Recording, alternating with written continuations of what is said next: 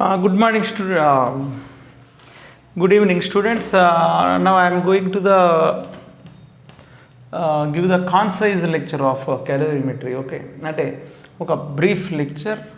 మనం board exam ఉంది కాబట్టి ఒక్కొక్క లెక్చర్ 1 అవర్లో రివైజ్ అయ్యే విధంగా నేను షార్ట్ లెక్చర్స్ ఇస్తాను.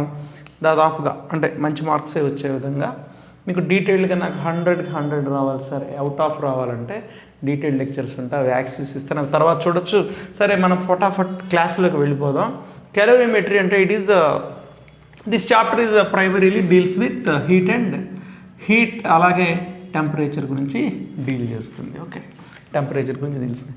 వేటికి సంబంధించిన టెంపరేచర్స్, సబ్స్టెన్సెస్కి గురించిన టెంపరేచర్. ఓకే, బ్రాడ్ లెవెల్లో సబ్స్టెన్సెస్ లోపల ఏముంటాయి చెప్పండి. మీ అందరికీ తెలుసు, ఆటమ్స్ కలిస్తే మాలిక్యూల్స్ వస్తాయి, మాలిక్యూల్స్ కలిస్తే సబ్స్టెన్సెస్ ఉంటాయి. అంటే సబ్స్టెన్సెస్ లోపల మనకి ఏముంటాయి చెప్పండి, మాలిక్యూల్స్ ఉంటాయి. అవునా, సబ్స్టెన్సెస్ లోపల మాలిక్యూల్స్ ఉంటాయి. ఓకే, మాలిక్యూల్స్ లోపల ఏముంటాయి చెప్పండి, ఆటమ్స్ ఉంటాయి. ఆటమ్స్ లోపల న్యూక్లియస్ లోపల ప్రోటాన్స్ ఉంటాయి, అలాగే న్యూక్లియస్ బయట ఎలక్ట్రాన్స్ ఉంటాయి. ఇవన్నీ మీకు తెలిసిన విషయాలే. ఓకే, సో మాలిక్యూల్స్ మధ్య సబ్స్టెన్సెస్లో ఈ మాలిక్యూల్స్ ఉంటాయి కదా, ఈ మాలిక్యూల్స్ ఎప్పుడు కూడా సబ్స్టెన్సెస్ లోపల ఏం చేస్తూ ఉంటాయంటే, ఈ మాలిక్యూల్స్ ఎప్పుడు కూడా వైబ్రేట్ అవుతూ ఉంటాయి, డ్రర్ అని వైబ్రేట్ అవుతూ ఉంటాయి. అలా ఎలా సార్, మనకు ఎలా తెలుస్తుందంటే, మీరు ముందుకు వెళ్ళేటప్పుడు తెలుస్తుంది. అంటే సబ్స్టెన్సెస్ లోపల మాలిక్యులర్ లెవెల్లో మాలిక్యూల్స్ ఎప్పుడు కూడా వైబ్రేట్ అవుతూ ఉంటాయి. అలాగే ఈ మాలిక్యూల్స్ మధ్య ఇంటర్మాలిక్యులర్ అట్రాక్షన్స్ అలాగే రిపల్షన్స్ కూడా ఉంటాయి కదా. మాలిక్యూల్స్ మధ్య వైబ్రేషన్స్ ఉంటాయి, అంటే మాలిక్యూల్స్ ఎప్పుడు కూడా వైబ్రేట్ అవుతూ ఉంటాయి, కదులుతూ ఉంటాయి. Okay, so molecules vibrate all the time. Molecules ఎప్పుడు కూడా వైబ్రేట్ అవుతూ ఉంటాయి. సో ఏ వస్తువైనా వైబ్రేట్ అవుతుందో కదులుతూ ఉన్నట్టు కదా, డ్రర్ కదులుతున్నాయి అనుకోండి, ఏ ఎనర్జీ ఉంటుంది చెప్పండి, మాలిక్యూల్స్ కదిలితే మనకి కైనెటిక్ ఎనర్జీ. సో మాలిక్యూల్స్ బాగా వైబ్రేట్ అవుతున్నాయి అనుకోండి, కైనెటిక్ ఎనర్జీ చాలా ఎక్కువ ఉంటుంది. ఈ ఎక్కువగా కైనెటిక్ ఎనర్జీ దేనివల్ల మనకి ఇప్పుడు అంటే కైనెటిక్ అంటే కొన్ని ఎక్కువ తక్కువ, ఓవరాల్గా యావరేజ్గా మాత్రం కైనెటిక్ ఎనర్జీ ఉంటుంది. ఓకే, సో ఈ కైనెటిక్ ఎనర్జీ ఎక్కువ ఉంది తక్కువ ఉంది మనకు ఎలా తెలుస్తుందంటే, టెంపరేచర్ బట్టి తెలుస్తుంది. అంటే టెంపరేచర్ బాగా ఎక్కువ ఉందనుకోండి, ఒక సబ్స్టెన్స్ టెంపరేచర్ ఎక్కువ ఉందంటే నా లోపల మాలిక్యూల్స్ బాగా వైబ్రేట్ అవుతున్నట్టు. బ్రెయిన్లో పెట్టుకోండి, ఒక సబ్స్టెన్స్ని మీరు కొలిచినప్పుడు టెంపరేచర్ బాగా హై ఉందంటే అర్థం ఏంటంటే లోపల మాలిక్యూల్స్ బాగా వైబ్రేట్ అవుతున్నాయని. బాగా వైబ్రేట్ అయితే కైనెటిక్ ఎనర్జీ ఎక్కువ ఉన్నట్టు. కాబట్టి temperature is high, kinetic energy is high. కాబట్టి temperature is directly proportional to kinetic energy of the molecules in the substance. మరి టెంపరేచర్ ఎక్కువ ఉంటే ఆబ్జెక్ట్ని ఏమంటారు చెప్పండి, హాట్ బాడీ అంటారు. అవునా కదా, పాయింట్ అర్థం అవుతుంది, హాట్ బాడీ అంటారు.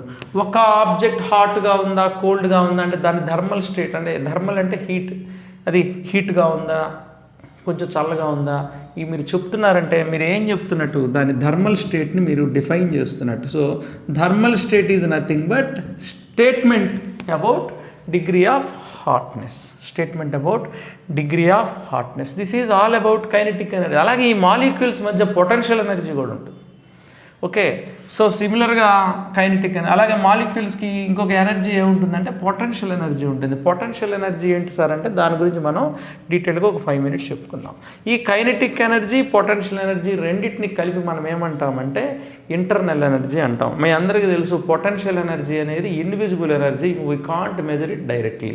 సో పొటెన్షియల్ ఎనర్జీని మనం మెజర్ చేయలేం, కానీ కైనెటిక్ ఎనర్జీని మెజర్ చేయొచ్చు. ఎలా, టెంపరేచర్ని బేస్ చేసుకొని. టెంపరేచర్ ఎక్కువ ఉంటే కైనెటిక్ ఎనర్జీ ఎక్కువ, టెంపరేచర్ తక్కువ ఉంటే కైనెటిక్ ఎనర్జీ తక్కువ. ఓకే, క్లియర్, పాయింట్ అర్థం అవుతుంది కదా. So coming to the point, so నేను ఇప్పుడు ఏం చేశానంటే ఒక హాట్ బాడీ, ఒక cold body, hot body cold body. మీరు ఎలా చెప్తారు సార్ అంటే, నేను థర్మామీటర్ ద్వారా టెంపరేచర్ తెలుసుకున్నాను. ఇది 30 degrees సెంటీగ్రేడ్, ఇది 20 degree centigrade, 30 degree 20 degree. So 20 degree ఆబ్జెక్ట్తో పోలిస్తే 30 degree ఎలా ఉన్నట్టు చెప్పండి, హాట్గా ఉన్నట్టు. మీరు చెప్పండి ఇక్కడ కైనెటిక్ ఎనర్జీ ఎక్కువ ఉంటుందా, అంటే దీని లోపల మాలిక్యూల్స్ ఉన్నాయి కదా, hot body or hot substance, cold substance. Kinetic energy is high, kinetic energy is low. Kinetic energy is high, kinetic energy is low. అర్థమవుతుందా? అంటే థర్మల్ స్టేట్ చెప్పగలుగుతున్నారా లేదా? Clear. So temperature is the indicator of ఈ hot body. అంటే ఈ ఇందులో ఉన్న molecules చూపిస్తే ఇవి బాగా ఎక్కువ వైబ్రేట్ అవుతుంటాయి, అటు ఇటుగా కొన్ని తక్కువ ఉండని ఎక్కువ ఉండని యావరేజ్గా. అర్థం ఉందా? Temperature indicator of average kinetic energy or total kinetic energy of molecules in the substance. Just story లాగా అర్థం చేసుకోండి. ఓకే, టెంపరేచర్ ఎక్కువ ఉంటే హాట్ బాడీ, దాని లోపల పార్టికల్స్ బాగా వైబ్రేట్ అవుతున్నాయి, కైనెటిక్ ఎనర్జీ ఎక్కువ ఉన్నట్టు. Okay, vibrations high, kinetic energy high. వైబ్రేషన్స్లో కైనెటిక్ ఎనర్జీ లో. సో ఎలా చెప్పగలుగుతున్నాం? Based upon temperature. క్లియర్, అర్థమైపోయింది కదా? సో అసలు యాక్చువల్గా మాలిక్యూల్స్ దేంతో కన్స్ట్రక్ట్ అయి ఉంటాయి మనకి? మాలిక్యూల్స్ ఆటమ్స్తో, అంటే కొన్ని ఆటమ్స్ కలిస్తే కదా మాలిక్యూల్స్ వచ్చేది. ఇప్పుడు H2 ఉందనుకోండి, H2 మాలిక్యూల్ అంటే hydrogen atom plus hydrogen atom. Okay, కాబట్టి మన సింప్లిఫికేషన్ కోసం మాలిక్యూల్నే ఒక ఫండమెంటల్ యూనిట్గా తీసుకొని మనం డిఫైన్ చేస్తున్నాం. ఓకే, ఫండమెంటల్ యూనిట్గా తీసుకొని డిఫైన్ చేస్తున్నాం. 6 minutes. నేను ఒక పని చేస్తాను. ఏం చేస్తానంటే సింప్లిఫికేషన్ కోసం ఉదాహరణకి నేను ఫెర్రస్ మెటల్ని తీసుకున్నాను. ఫెర్రస్ అటామిక్ నెంబర్ ఎంత చెప్పండి? 26. నేను 2 ఫెర్రస్ ఆటమ్స్ని తీసుకున్నాను. అంటే మీరు ఫెర్రస్ రాడ్ని తీసుకున్నారనుకోండి, ఫెర్రస్ సబ్స్టేషన్ తీసుకున్నారు, అందులో మీకు ఏముంటాయి చెప్పండి? ఫెర్రస్ మాలిక్యూల్స్ ఉంటాయి, ఆటమ్స్ ఉంటాయి. ఎందుకంటే ఫెర్రస్ ఎప్పుడు కూడా మోనో అటామిక్ స్టేట్లో, ప్యూర్ ఫెర్రస్ మెటల్ ఇది. ఓకే, న్యూక్లియస్, చాలా ఎలక్ట్రాన్స్ ఉంటాయి. నేను ఎక్స్ప్లెనేటరీ పర్పస్ కోసం సింగిల్ ఎలక్ట్రాన్ తీసుకున్నాను, ఎక్స్ప్లెనేటరీ కోసం సింగిల్ ఎలక్ట్రాన్. కాబట్టి ఇప్పుడు నేనేం చేస్తున్నాను జాగ్రత్తగా చూడండి. అంటే ఒక సబ్స్టెన్స్ లోపల ఆటమ్స్ ఉండొచ్చు, ఆటమ్స్ కలిసిన మాలిక్యూల్స్ కూడా ఉండొచ్చు. నేనేం చేస్తానంటే సింప్లిఫికేషన్ కోసం ఫెర్రస్ రాడ్ తీసుకున్నాను. నేను 2 తీసుకుంటున్నాను. అంటే చాలా ఆటమ్స్ ఉంటాయి ఆర్ చాలా పార్టికల్స్ అనుకోండి, మాలిక్యూల్స్ ఆర్ ఆటమ్స్. నేను ఇక్కడ మనకి లక్కీగా ఫెర్రస్లో ఓన్లీ ఆటమ్సే ఉంటాయి. సో దీన్ని బేస్ చేసుకుని మీరు మాలిక్యూల్స్ కూడా అర్థం. ఇప్పుడు చూడండి, ఇది న్యూక్లియస్, ఇది ఎలక్ట్రాన్స్. చాలా ఎలక్ట్రాన్స్ ఉంటాయి కదా, 26 ఎలక్ట్రాన్స్ ఉంటాయి. సో ఇంకొక ఫెర్రస్ ఆటం ఉందనుకోండి, ఇంకొక ఫెర్రస్ ఆటం, ఎలక్ట్రాన్స్. ఈ ఎలక్ట్రాన్ న్యూక్లియస్ని ఏం చేస్తుంది చెప్పండి? అట్రాక్ట్ చేస్తుంది. ఈ ఎలక్ట్రాన్ ఈ న్యూక్లియస్ని అట్రాక్ట్ చేస్తుంది. అవునా? పాయింట్ అర్థం అవుతుందా? అట్రాక్ట్ చేస్తే ఈ 2 ఏమవుతాయి చెప్పండి? దగ్గరికి వచ్చాయి. దే కేమ్ క్లోజర్, దగ్గరికి వచ్చాయి. దగ్గరికి రాగానే మళ్ళీ న్యూక్లియస్ మధ్య ఏముంటుంది చెప్పండి? ఎప్పుడైతే దగ్గరికి వచ్చాయో న్యూక్లియస్ ఇక్కడ అట్రాక్షన్స్ డామినేట్ చేశాయి. అవునా? అట్రాక్షన్స్ హై, దగ్గరికి వచ్చాయి. ఎప్పుడైతే దగ్గరికి వచ్చాయో ఇప్పుడు ఎవరు డామినేట్ చేస్తారు చెప్పండి? న్యూక్లియస్ దగ్గరికి వస్తే న్యూక్లియస్లో ప్రోటాన్స్ అన్నీ ఒకే ప్లేస్లో ఉన్నాయి కాబట్టి రిపల్షన్ మ్యాక్సిమం ఉంటుంది. ఇప్పుడు ఎవరు ఏం డామినేట్ చేస్తుంది చెప్పండి? Repulsion high. ఇప్పుడు లాస్ట్కి ఈ 2 దగ్గరికి వచ్చాయి, దగ్గరికి రంగుల రిపల్షన్ ఎక్కువ వచ్చింది. వెంటనే ఈ రెండిటికి ఇంటర్మీడియటరీ డిస్టెన్స్లో, అంతేనా కదా? ఇంటర్మీడియటరీ డిస్టెన్స్లో అంటే కొంచెం వెనక్కి వెళ్ళిపోతాయి. కొద్దిగా దగ్గరికి వచ్చాయి, రిపల్షన్ స్టార్ట్ అయింది, కొంచెం అంటే మరీ అంత కాకుండా మరీ దూరం కాకుండా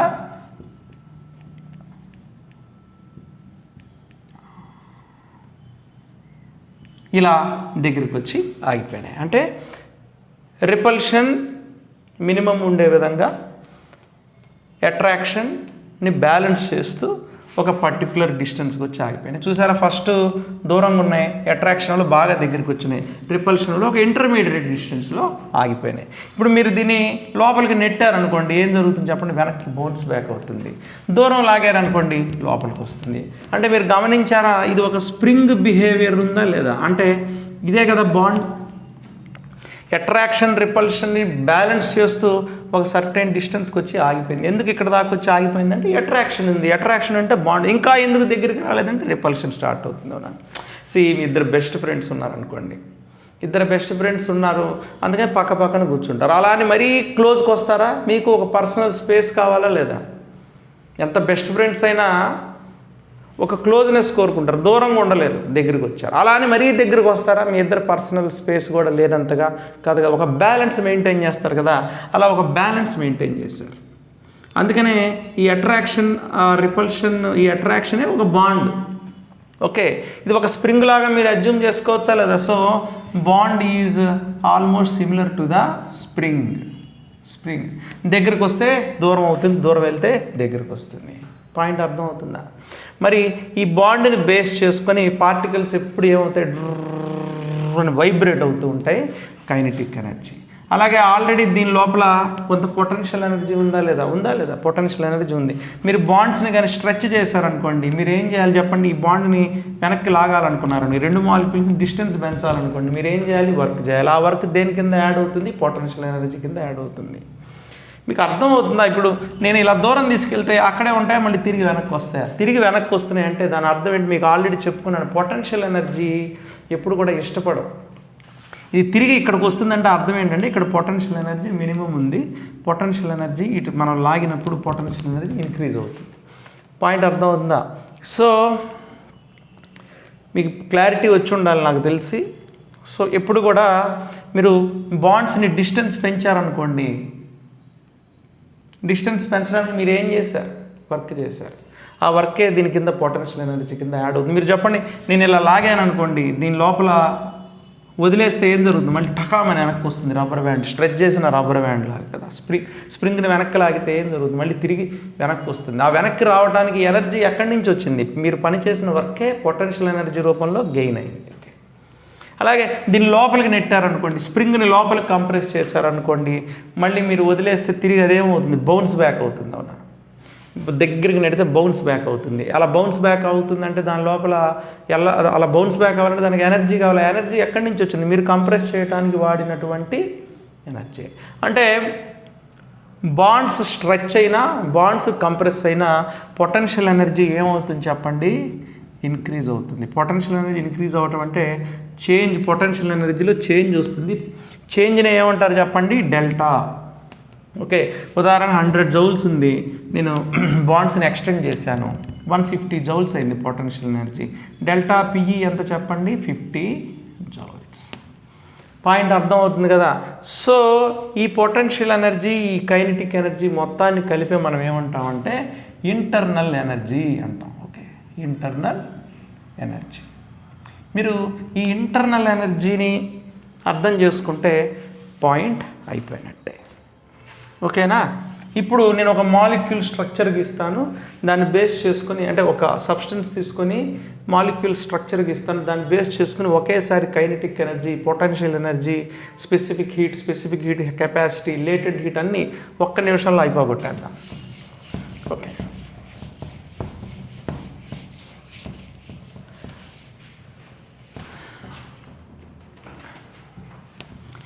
ఇప్పుడు నేను ఇలా ఉంది, ఒక సబ్స్టెన్స్ తీసుకున్నాను, జస్ట్ మూడు మాలిక్యూల్స్ తీసుకున్నాను, టైం బోర్గా జస్ట్ సింపుల్గా. ఓకే, ఈ స్ప్రింగ్స్ ఏంటివి చెప్పండి? బాండ్స్. ఓకే, ఆల్రెడీ దీని లోపల పొటెన్షియల్ ఎనర్జీ ఉంది, మినిమం ఉంది. ఉందని ఎలా చెప్పచ్చు సార్ అంటే, మీరు ఈ స్ప్రింగ్లు కట్ చేశారంటే మాలిక్యూల్స్ ఏమవుతాయి? దూరం వెళ్ళిపోవటం లేదా దగ్గరికి రావటం ఏదో జరుగుతుందా లేదా? పొటెన్షియల్ ఎనర్జీ ఉంటుంది, మినిమం ఉంటుంది.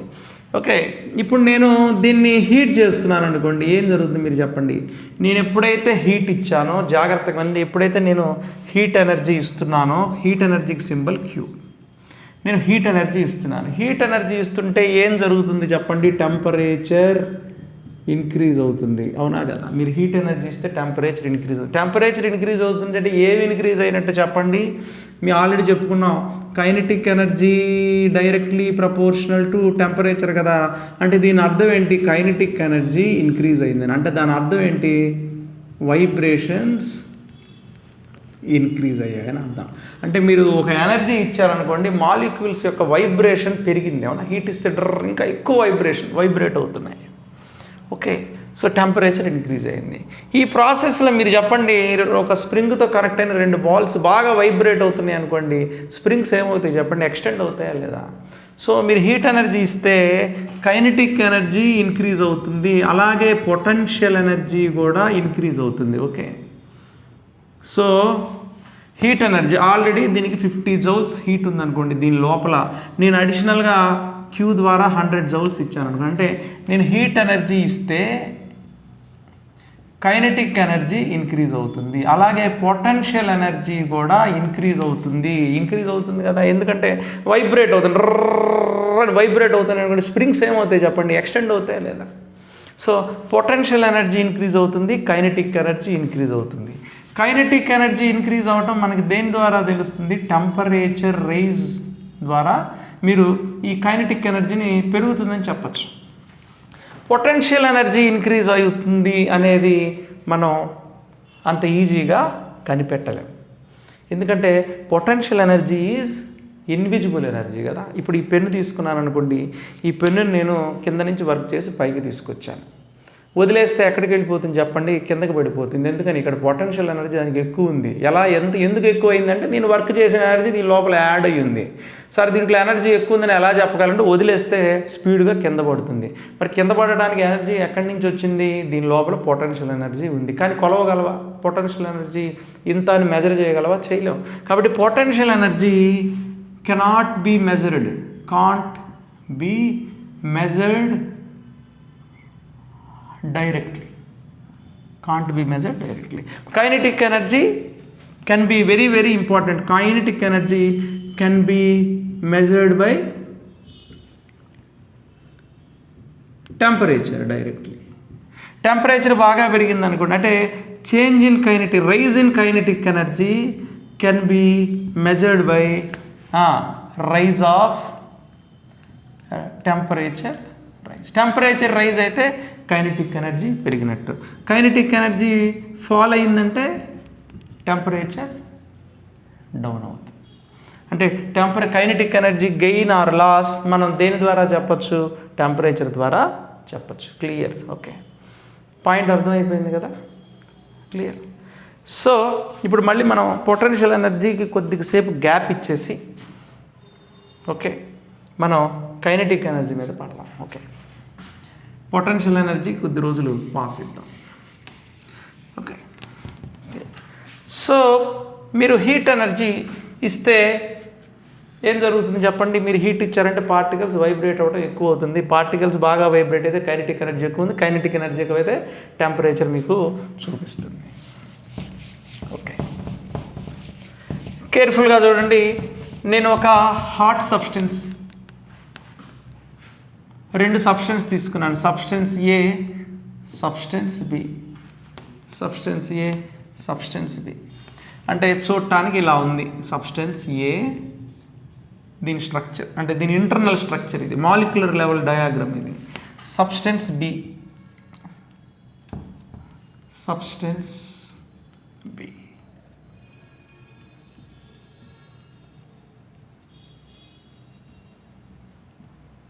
Okay, substance. So this temperature is 20 degrees centigrade, this temperature is 30 degrees centigrade. Okay, see these are the substances. నేను మాలిక్యులర్ లెవెల్లో చూపిస్తున్నాను image. Okay, so this is 20 degrees centigrade, this is 30 degrees centigrade. Temperature is high means kinetic energy is high. Kinetic energy is high means vibrations high. Okay, I will make it 10 degrees centigrade. Okay, so this is a hot body, this is 10 degree means cold body. So kinetic temperature is down means kinetic energy is less, vibrations also less. Okay.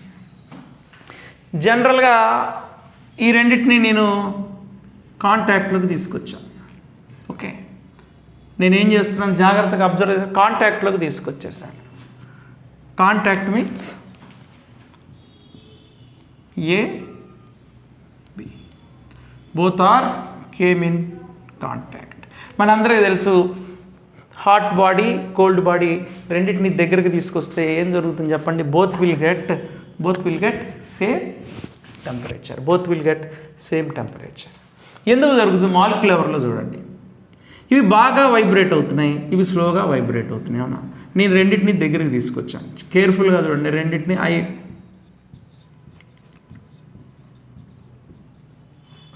ఇప్పుడు దీని vibration high,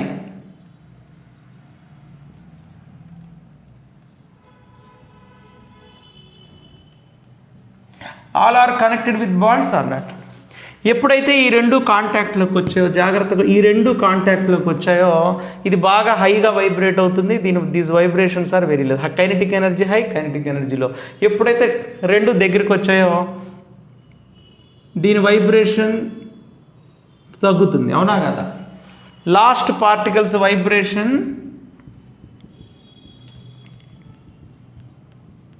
decreases, B particle vibrations increases.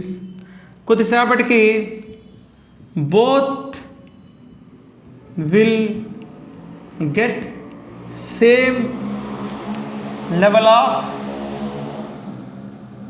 vibrations at the boundary. ఈ boundary దగ్గర molecules ఉన్నాయి కదా, ఇది high, ఇది లో, రెండు కలిసి కాంటాక్ట్ రాగానే రెండు బ్యాలెన్స్ అవుతాయి. మరి ఇది దీనికి కనెక్ట్ అయింది, ఇది దీనికి కనెక్ట్ అయింది, ఇది దీనికి కనెక్ట్, అంటే అన్ని molecules, all the molecules eventually will get same level of vibrations. Means same level of kinetic energy, same temperature. Are you understanding what I'm saying? ఎప్పుడైతే మీరు కాంటాక్ట్లోకి తీసుకొచ్చారో కైనెటిక్ ఎనర్జీ తగ్గింది, ఇక్కడ కైనెటిక్ ఎనర్జీ పెరిగింది. అవునా? ఈ ఎనర్జీ ఇక్కడ పెరిగిందంటే ఇటు నుంచి ఇటు ట్రాన్స్ఫర్ అయిందా లేదా? ఈ ట్రాన్స్ఫర్ అయినటువంటి ఎనర్జీయే heat energy. Point of the clear? వీళ్ళు బాగా వైబ్రేట్ అవుతుంది, వీళ్ళు స్లోగా వైబ్రేట్ అవుతున్నారు. బౌండరీ రెండు కలిసిన దగ్గర ఫస్ట్ ఈ రెండు ఏమవుతాయి? బ్యాలెన్స్ అయిపోతాయి. ఇవి బ్యాలెన్స్ అయితే వీటి కనెక్ట్ అయ్యాయి కాబట్టి అన్నీ బ్యాలెన్స్ అయిపోతాయి. అన్నీ all the molecules will get same degree of vibration, same level of kinetic energy, so same temperature. Okay, clear? So this flow of energy is nothing but heat energy. Clear? That's why మీరు ఎప్పుడైనా కూడా ఒక hot బాడీని cold బాడీని కలిపారనుకోండి, రెండిటి thermal states అంటే రెండిటి degree of hotness equal అయిపోతుంది. అది మనకు ఎలా తెలుస్తుంది? టెంపరేచర్ సేమ్ అయిపోతుంది, అన్నీ కూడా ఒకటే లెవెల్లో మూవ్ అవుతూ ఉంటాయి.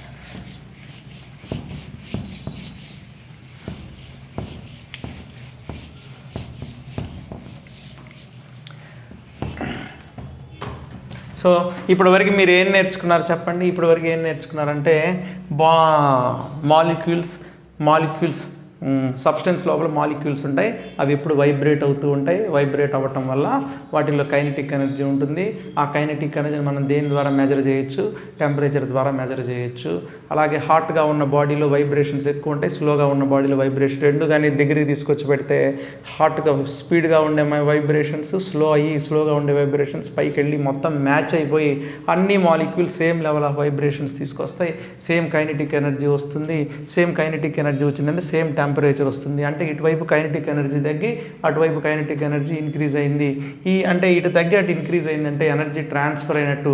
ఆ ట్రాన్స్ఫర్ అయిన ఎనర్జీయే heat energy. Okay, heat energy. So the definition of heat equal to energy which flows which flows from hot body to energy which flows from hot body to cold body. ఎప్పటి వరకు? Unless until both will get same temperature or until both get same thermal state. Thermal state అంటే statement, కోల్డ్గా ఉంది, చల్లగా ఉంది, అదే thermal అంటే heat, state అంటే ఇండికేషన్, థర్మల్ స్టేట్. ఇది అవసరం లేదు, మీరు ఇంతవరకు గుర్తుపెట్టుకుని heat energy which flows from hot body to cold body.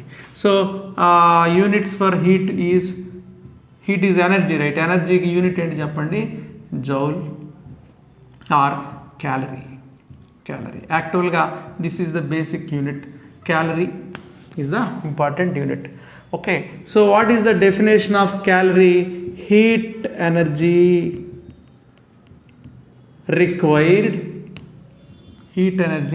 Required to raise. మీరు హీట్ ఇస్తే ఏం జరుగుతుంది చెప్పండి? చిన్న విషయాలే. మీరు హీట్ ఎనర్జీ ఏదైనా రేజ్ చేయాలంటే మీరు హీట్ ఎనర్జీ ఇచ్చారు, టెంపరేచర్ రైజ్ అవుతుందా లేదా? To raise the temperature of 1 gram water, అంటే మీరు 1 గ్రామ్ వాటర్ని తీసుకొని మీరు టెంపరేచర్ ఇచ్చారనుకోండి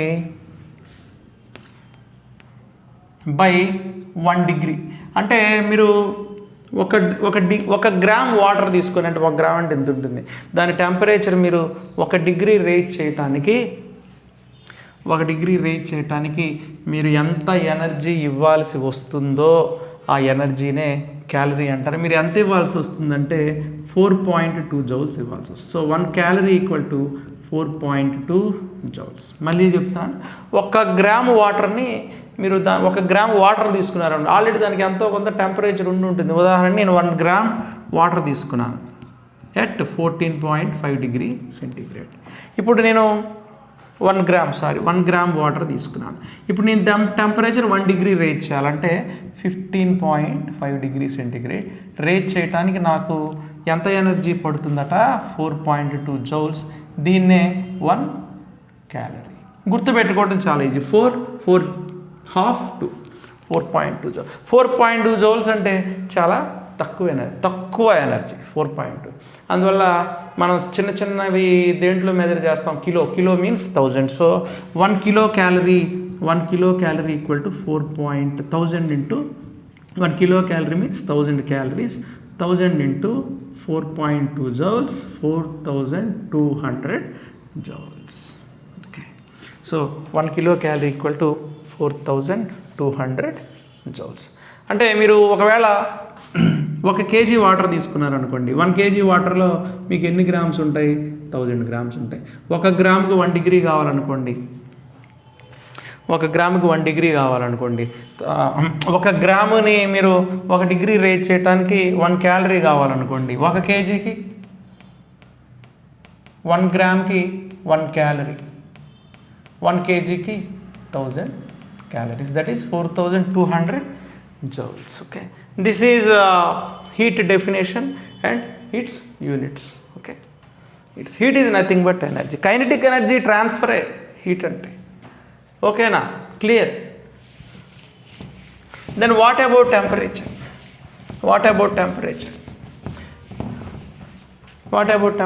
Tell me. Heat means energy, unit calorie definition, energy required to raise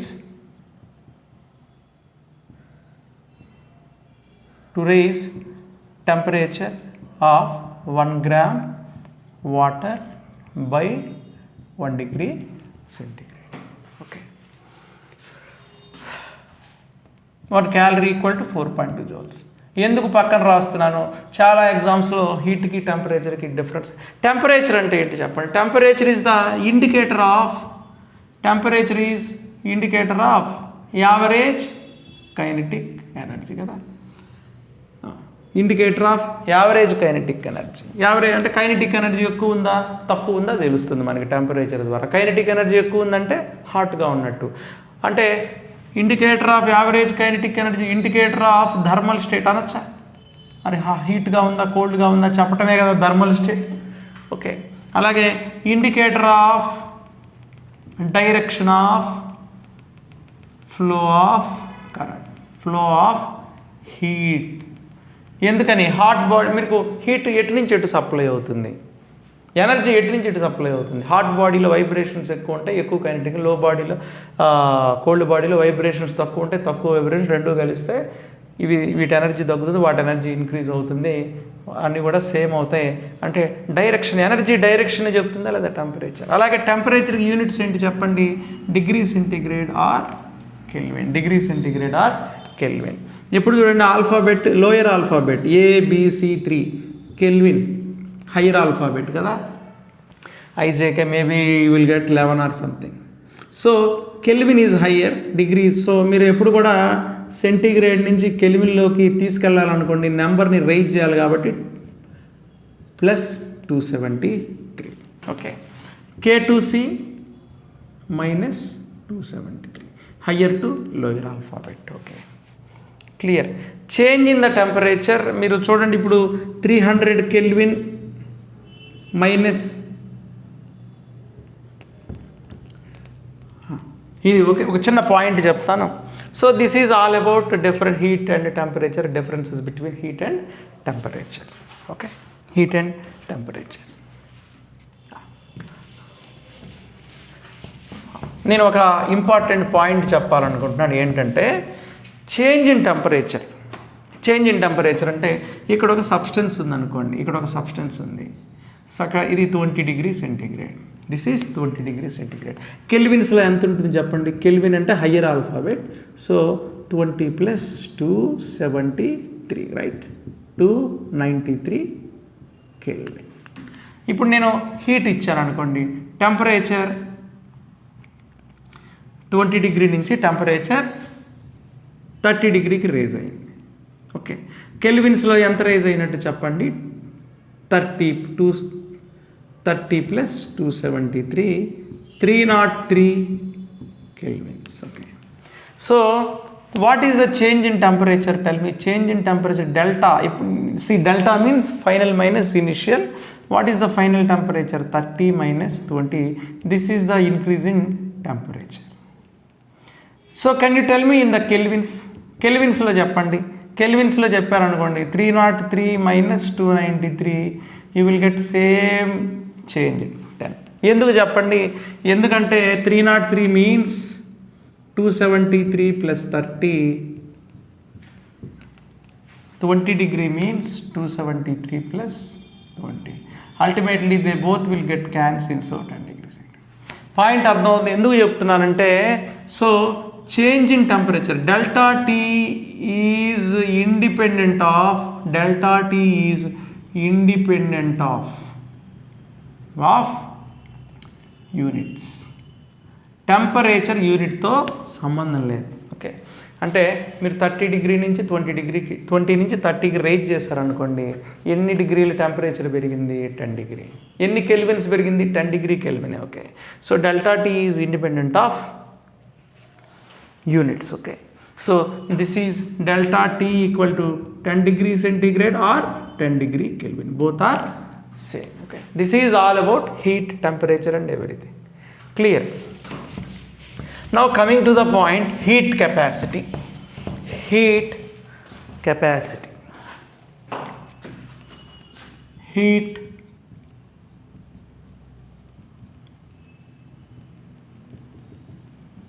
హీట్కి ఇంకో పేరేంటి చెప్పండి, థర్మల్ కెపాసిటీ. Thermal capacity. కేర్ఫుల్గా వినండి, ఇది కొంచెం గ్రామర్ ఇంక్లూడ్ అవుతుంది, అంటే మనకి లాంగ్వేజ్ లాగా అనమాట. థర్మల్ వర్డ్స్ని చాలా కీన్గా మనం అబ్జర్వ్ చేయాలి. ఓకే, దీని సింబల్ ఏంటంటే C డాష్. దీని సింబల్ కెపాసిటీ C పైన డాష్ ఎందుకు పెట్టని మీకు అర్థం అవుతుంది కొద్దిసేపట్లో. నేను ఏదో ఒక సబ్స్టెన్స్ తీసుకున్నాను, ఆ 3 kgయో 5 kg నాకు తెలియదు, ఒక 3 kg సబ్స్టెన్స్ ఏదో తీసుకున్నాను. దీనికి నేను హీట్ ఇచ్చాను. ఆల్రెడీ దాని దగ్గర 20 డిగ్రీ ఉంది.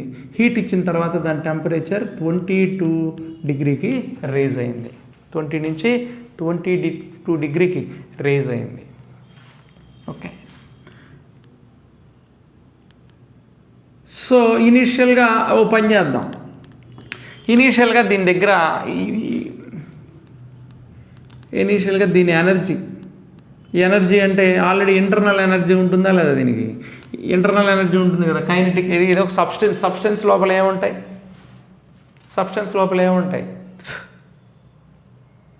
మాలిక్యూల్స్ ఉంటాయి. మాలిక్యూల్స్కి ఏమేమి ఎనర్జీస్ ఉంటాయి? కదలటం వల్ల కైనెటిక్, వైబ్రేషన్స్ వల్ల కైనెటిక్ ఎనర్జీ, బాండ్స్ వల్ల పొటెన్షియల్ ఎనర్జీ.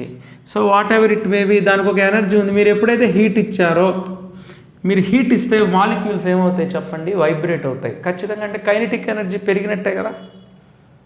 కైనెటిక్ ఎనర్జీ పెరిగితే టోటల్ ఎనర్జీ పెరిగినట్టే కదా. సో మీరు హీట్ ఇచ్చారు. హీట్ ఇస్తే టెంపరేచర్ 20 నుంచి 21 డిగ్రీకి రేజ్ అయింది అనుకో.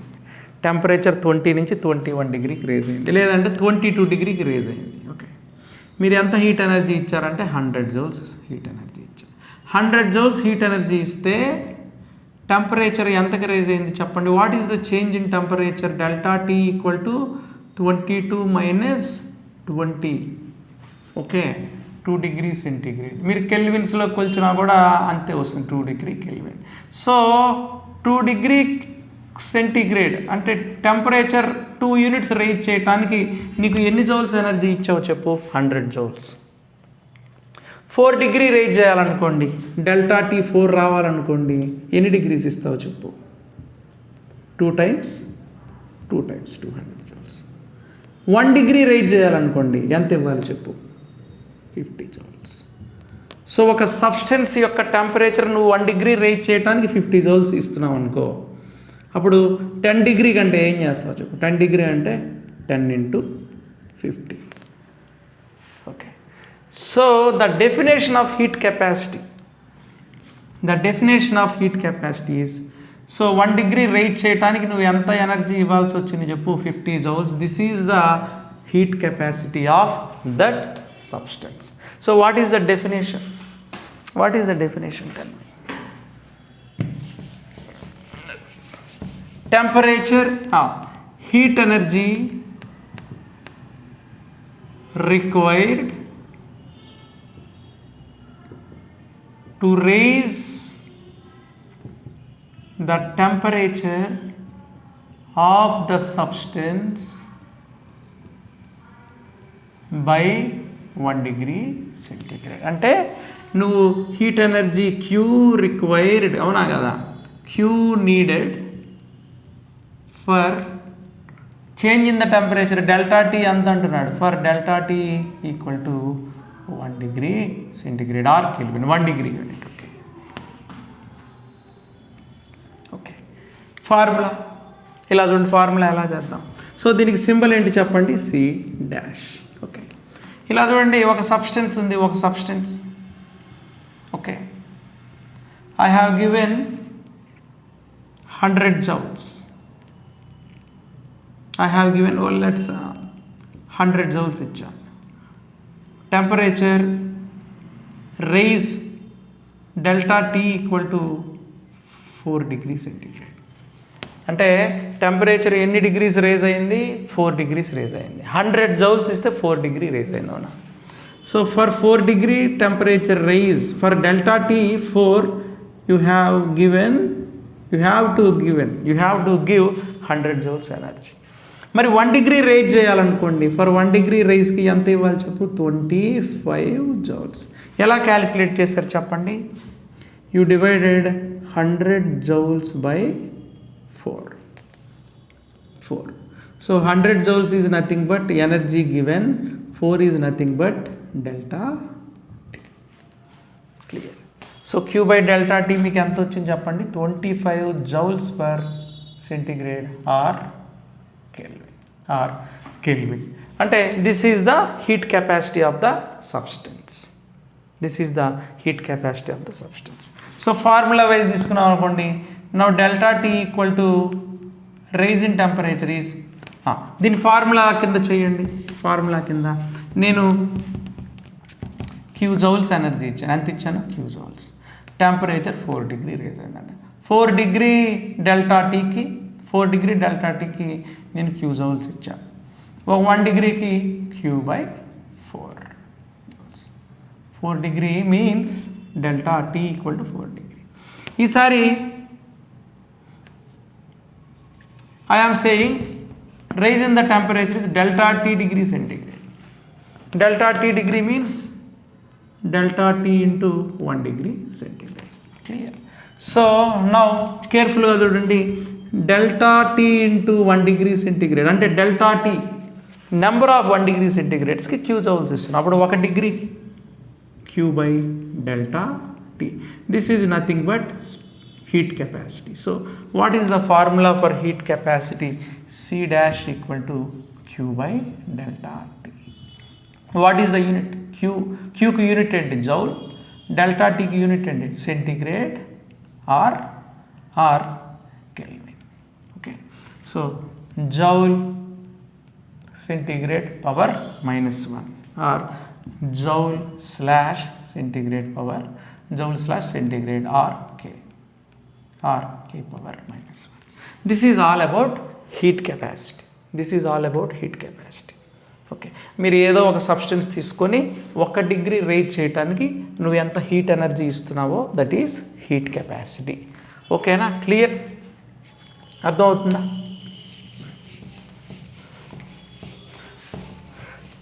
ఒక చిన్న ప్రాబ్లం చేయండి టకటక. ఎంత టైం? ఓ మై గాడ్, ఒక చిన్న ప్రాబ్లం తీసుకోండి. C dash of a substance 40 joule per Kelvin, 40 joules per Kelvin. Okay, find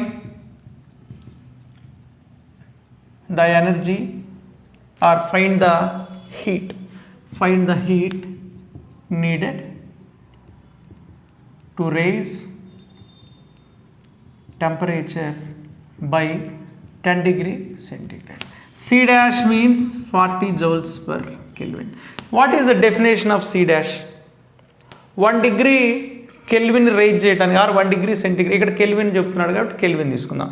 delta T 1 degree kelvin అయితే నువ్వు ఎంత ఎనర్జీ ఇవ్వాలి? 40 joules. Okay, 40 joules. So clearly, so but delta T is, what is the formula for C dash? Q/delta T. So 40 equal to, you have to find Q is, you have to find Q. What is the delta T? 10 degree centigrade. So Q equal to 40 into 10, 400 joules. This is the formula method, but no need to use the formula. Okay, what is the definition of heat capacity?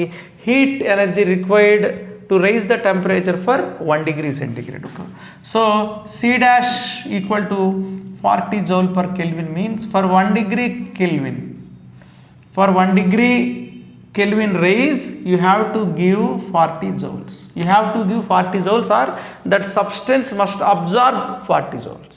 Okay, but the temperature raise is now 10 degree Kelvin, 10 degree Kelvin. I told you, right, delta T is independent of centigrade or Kelvin. 10 degree Kelvin, how much you need?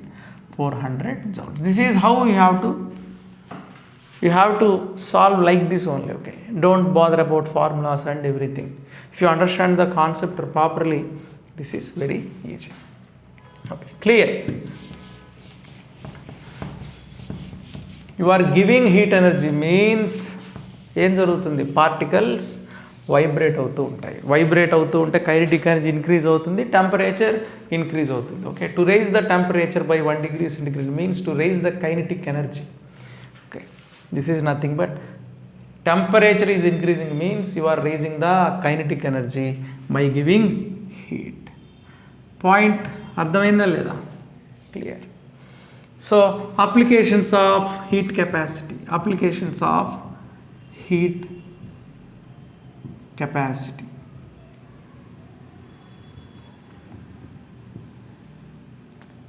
Heat capacity.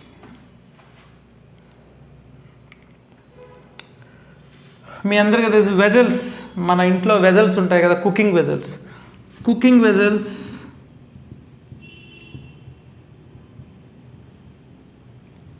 Made thicker at the bottom.